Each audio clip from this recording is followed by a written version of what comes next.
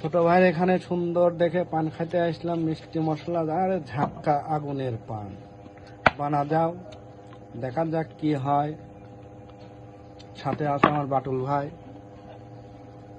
সুন্দর চেহারা, সেট কিনেছে দামি, সেটা দিয়ে বানাচ্ছি ভিডিও, মশলা একটু বেশি করে দিয়ে। ঠিক আছে সুন্দরী বৌদি? লাগা লাগা ঝাটকা লাগা, আসো সুন্দরী পান খাইতে খানের আম বাগানের সামনে, লিচু বাগান, পানের দোকান না, আসলেই সুন্দর পান খেতে পারবে।